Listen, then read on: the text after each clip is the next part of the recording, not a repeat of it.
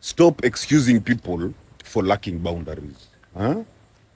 When you consistently excuse people's lack of boundaries, you start absorbing their chaos and then internalizing their dysfunction as if it's your responsibility. But the truth is, a person's inability to regulate their space, to regulate their emotions and even choices should not become your emotional assignment. Boundaries are not just personal, they're relational. When someone doesn't know how to protect their own energy, they also won't know how to protect yours, you know? And over time, what began as compassion now turns into confusion. Huh? When someone chronically lacks boundaries, they often live in reaction, blaming others, feeling helpless, and expecting rescue. And if you're not grounded, you'll get pulled into their emotional storm. And then now you'll start seeing life the way they do. You start taking on their enemies. Huh? You start now fighting their battles, feeling their resentment. Soon, before you know it, their victimhood becomes your lens. Huh? You take on emotional weight that's not even yours. And then now you begin defending them in situations where they were never right. They were just loud and wounded. That's not loyalty. That's emotional dependency.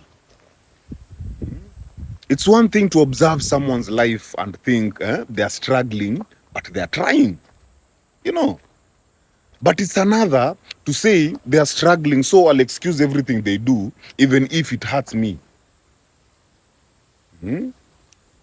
Lack of boundaries is not a personality trait to embrace. It's an emotional wound that needs healing, not enabling.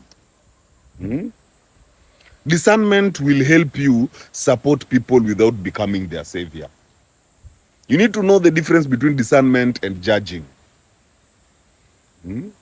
It allows you to love someone without lying to yourself about how they're impacting you. When people don't know how to protect themselves, they'll overshare and overspill emotionally.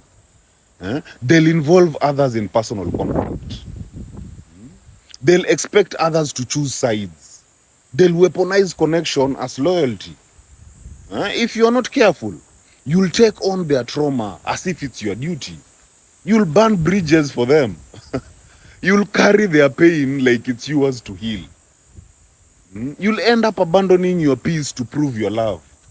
And at the end of the day, you are left drained, you're left confused, and even distant from your own center.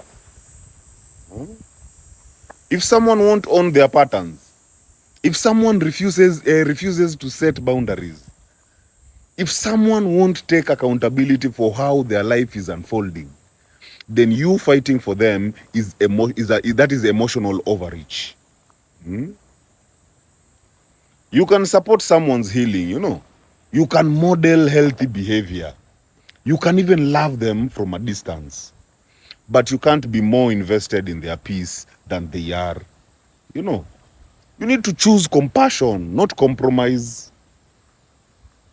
Because there's nothing noble about becoming collateral damage in someone else's emotional war. I mean, love people, yes.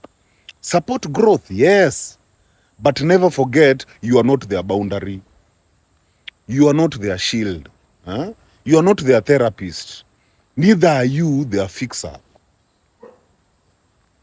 If you keep excusing people who won't regulate themselves, you end up regulated by them.